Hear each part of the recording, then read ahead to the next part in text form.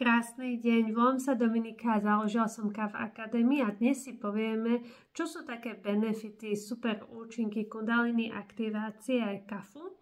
Takže dnes vám o tom poviem také najrozšírenejšie účinky, ktoré mi píšete. Je, že hneď po aktivácii alebo aj počas aktivácie cítite, ako sa vám vyplavoval smútok, negatívne emócie, všetko, čo ste ako keby v sebe držali. Taktiež vás to naladí na tie lepšie emócie, že sa vyplaví viac endorfínov, tak máte viac radosti, hravosti v sebe. A celkovo mi píšete, že máte taký uvoľnený pocit.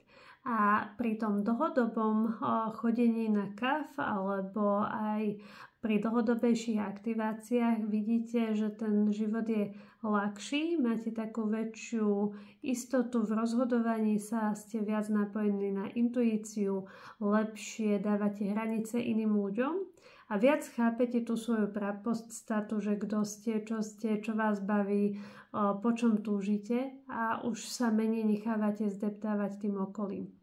Zlepšuje sa vám teda, ako som už povedala, tá intuícia a rýchlejšie si aj manifestujete tie svoje sny, keďže už tam nemáte tie nánosy na tom svojom teličku, tej negatívnej energie, všetkých tých traum. Zlepšuje sa vám aj zdravotný stav a ste taký trošku pokojnejší, usmievavejší.